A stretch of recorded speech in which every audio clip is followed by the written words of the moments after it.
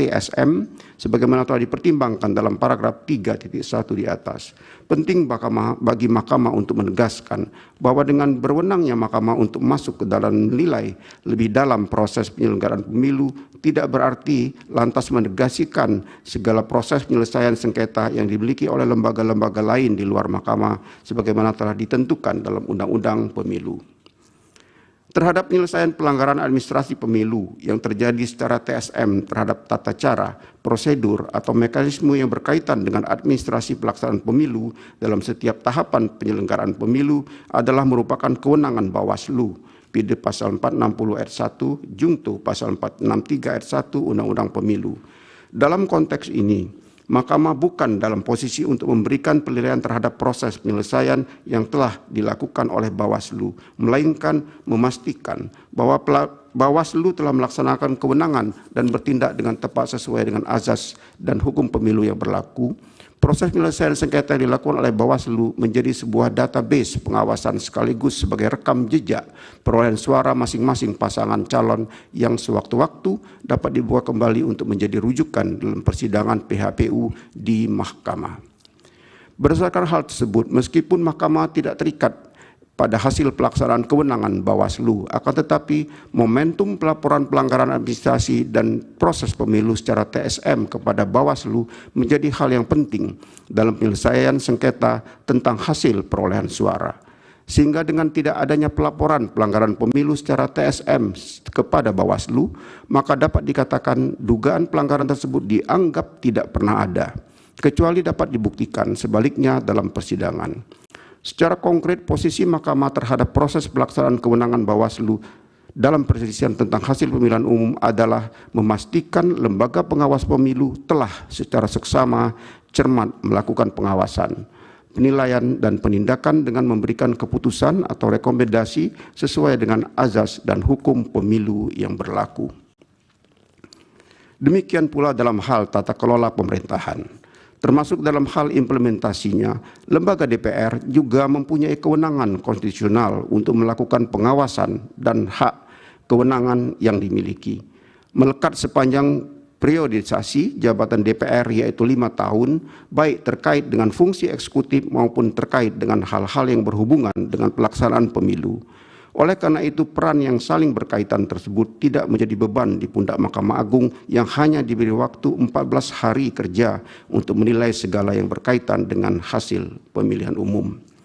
Bahwa selanjutnya Mahkamah juga perlu menegaskan terkait kewenangan Mahkamah dalam mengadili pelanggaran berkenaan dengan proses pemilu. Khususnya dalam hal ini pelanggaran yang bersifat TSM adalah mengenai keterkaitan dan keterpenuhan masing-masing unsur pelanggaran pemilu yang bersifat TSM. Ketentuan pasal 286 Undang-Undang Pemilu dan penjelasannya telah menentukan definisi atas pelanggaran yang terjadi secara terstruktur, sistematis, dan masif. Pelanggaran terstruktur merujuk pada kecurangan yang dilakukan oleh aparat struktural, baik aparat pemerintah maupun penyelenggara pemilihan secara kolektif atau secara bersama-sama. Sedangkan pelanggaran sistematis merupakan pelanggaran yang direncanakan secara matang, tersusun, bahkan sangat rapi. Dan pelanggaran masif adalah dampak pelanggaran yang sangat luas pengaruhnya terhadap hasil pemilihan, bukan hanya sebagian. Selanjutnya yang juga perlu diuraikan serta dibuktikan dalam persidangan adalah hubungan kausalitas antara pelanggaran tersebut dengan kebebasan pemilih dalam menentukan pilihannya, sehingga menyebabkan penyelenggaraan pemilu tidak memenuhi azas langsung, umum, bebas, rahasia, jujur, dan adil yang pada ujungnya berdampak atau berpengaruh secara signifikan terhadap perolehan suara kontestan pemilu. Bahwa terhadap dalil-dalil permohonan terkait dengan pengangkatan pejabat kepala daerah dan perannya menggerakkan struktur di bawahnya untuk pemenangan pasangan calon nomor urut 2, termohon menyampaikan jawaban dan seterusnya telah dianggap diucapkan. Pihak terkait pun memberikan keterangannya dan seterusnya dianggap pula telah diucapkan. Bahwa menurut pemohon terdapat hubungan yang erat antara penunjukan penjabat kepala daerah dengan dugaan kecurangan pemilu sebagai berikut.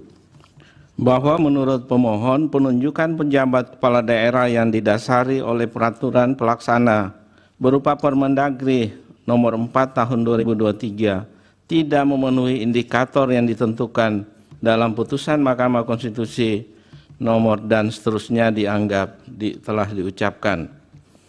Pemohon mengajukan bukti P4, bukti P37, bukti P38, dan bukti P310, serta ahli Johermansa Johan.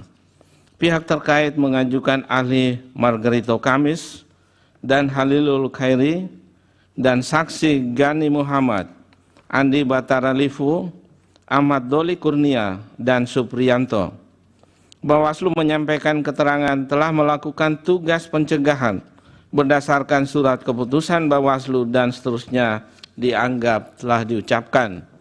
Bawaslu mengajukan bukti PK3 dan bukti PK4. Bahwa setelah Mahkamah memeriksa secara saksama dalil pemohon, jawaban termohon, keterangan pihak terkait, bukti-bukti surat atau tulisan yang diajukan pemohon dan pihak terkait, serta saksi dan ahli yang diajukan oleh pemohon dan pihak terkait, keterangan Bawaslu, serta bukti-bukti yang diajukan, dan fakta yang